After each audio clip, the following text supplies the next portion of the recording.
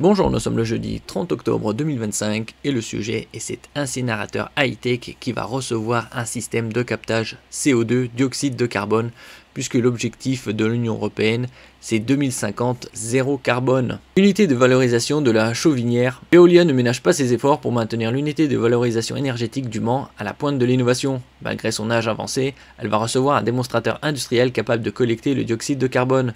D'ailleurs, l'installation de cet équipement reflète l'accélération du captage de CO2 dans tout l'ouest de la France. N'oubliez pas de vous abonner pour plus de news nationales, européennes et internationales sur ce monde merveilleux dans lequel nous vivons. Voilà 50 ans que l'incinérateur de la Chauvinière traite les déchets ménagers de Le Mans Métropole.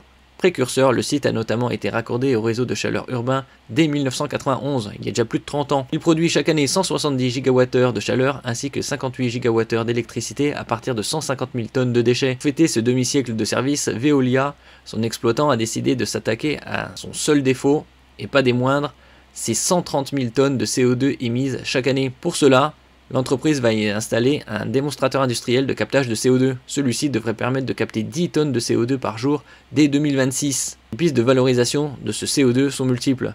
Recharge d'extincteurs, nettoyant industriel, photosynthèse dans les serres environnantes ou encore incorporation au béton. Pour le moment, l'équipement ne pourra traiter qu'une fraction des émissions malgré un investissement d'environ 8 millions d'euros.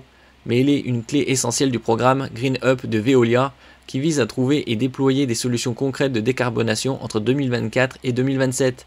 D'ailleurs, un deuxième démonstrateur devrait voir le jour peu de temps après sur le site d'incinération de déchets dangereux de Port Arthur au Texas. Le Grand Ouest accélère sur le captage de CO2. Ce démonstrateur ne constitue qu'une petite partie des démarches qui sont entreprises pour le captage de CO2 dans l'ouest de la France. Le projet CO2 avance lui aussi à bon train. Ce projet d'ampleur, dont le budget est estimé à plus de 2 milliards d'euros, consiste à créer un pipeline entre les sites les plus émetteurs de CO2 du Grand Ouest pour capter leurs émissions afin de les rediriger vers un terminal situé à Donges. Depuis ce terminal, le CO2 sera ensuite chargé sur les navires spécialisés puis envoyé vers les sites de stockage de CO2 de Northern Light. Concertation publique préalable a été lancée le 29 septembre par les 6 principaux partenaires du projet, à savoir Heidelberg Materials France, Lafarge Ciment, Loist, Latran, Elangy et RTE. En parallèle, un pilote industriel de production de e-kérosène est en cours de développement également auprès de Donges. Celui-ci, appelé TechCare, devrait permettre la production de 37 500 tonnes de e-kérosène par an à partir d'hydrogène et de CO2. Merci pour votre écoute et à la prochaine.